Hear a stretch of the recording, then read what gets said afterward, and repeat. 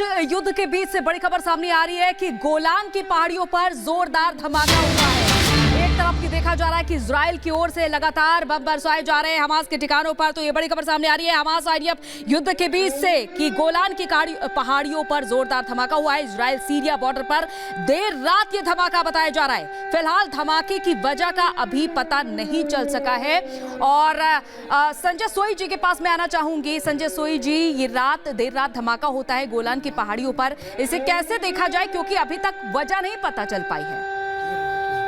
नहीं, देखिए, ये तो इस तरह के जिस प्रकार का जंग का माहौल है, जिस तरह की लड़ाई का माहौल है, तो वहाँ पर कौन कहाँ पे क्या फायर कर रहा है ये नहीं पता चल सकता है। क्या वो सीरिया की तरफ से आया है या वेस्ट बैंक से आया है या हिजबुल्लाह ने किया है या इजराइल ने किया है कोई पोस्ट देख के। तो ये जो बात है, क्योंकि यहाँ पर जो जिस तरह का माहौल बना हुआ है उसमें ये नहीं कह सकते कि जो इजराइल पे अभी चारों तरफ से जो खतरा बना हुआ है, चाहे वो वेस्ट बैंक हो, वहाँ पर गड़बड़ शुरू हो चुकी है, हिजबुल्लाह ने अपनी गड़बड़ चालू कर दी है, गाज़ा पट्टी में पहली युद्ध चल रहा है। तो ये बात अभी देखनी पड़ेगी धमाका किया किसने। सुजाता जी, कल्याण शैलेंद्र, सवाल ये भी खड़ा होता है, अभी जब सुजाता ये तस्वीरें दिखा रही थी कि 3 रास्ते हैं, लेकिन अगर मिस्र के रास्ते की बात करें, आप कह भी रहे थे कि कई ऐसी वजह हैं जिसको लेकर वहां पर संभावना हो भी सकती है, लेकिन फिलहाल ये बंद है। जो आप रफा की बात कर रहे हैं मिस्र के साथ, वो 2 रास्ते हैं और वो 2 रास्तों को हमें कंफ्यूज नहीं करना चाहिए। एक रास्ता सिर्फ जाने के लिए है और सामान से रिलेटेड है। दूसरा रास्ता है वो man, that is human beings can go up and down, जिसके ऊपर इस समय वो जैम लगा हुआ है गाड़ियों का 20 से 25 किलोमीटर का।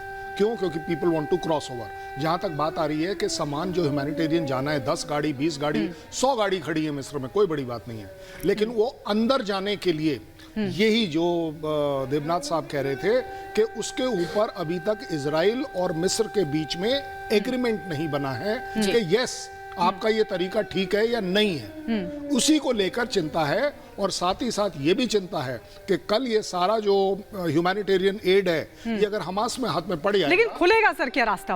वो जरूर खोलना पड़ेगा, खोलना ही पड़ेगा, क्योंकि इसके अलावा किसी रास्ते से वो जो आप नॉर्थ वाला भी जो बोल रहे हैं, वो नॉर्थ वाला जो है वो बिल्कुल कल्याण शैलेंद्र, आप सवाल यही है कि देखिए ऑप्शन ज्यादा है ही नहीं, एक ही रास्ता है, राफा बॉर्डर ही है जिसे खोला जा सकता है यूके देवनाथ, लेकिन वो कब खुलेगा? क्योंकि दोनों को ही मामला संभालना है कि मानवीय त्रासदी भी ना हो, कोई ये ब्लेम अपने ऊपर नहीं लेना चाहता है कि हमने आम लोगों को मार दिया।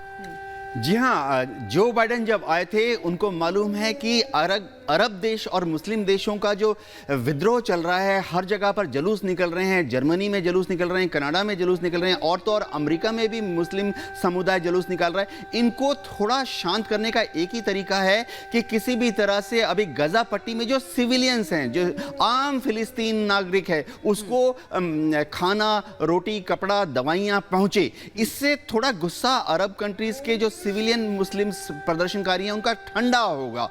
इसलिए जो बाइडेन भी इजराइल के ऊपर जोर डाल रहे हैं कि वो फटाफट जल्दी से जल्दी इस रफा क्रॉसिंग को खोल दें। बिल्कुल, यही एक सबसे बड़ी बात क्या देवनाथ जी कि कैसे मदद पहुंचेगी और कैसे ये रास्ते को ओपन करके मदद पहुंचाई जा सकती है, ताकि जो अरब कंट्रीज हैं उनको थोड़ा सा इस मदद के जरिए शांत किया जा सके।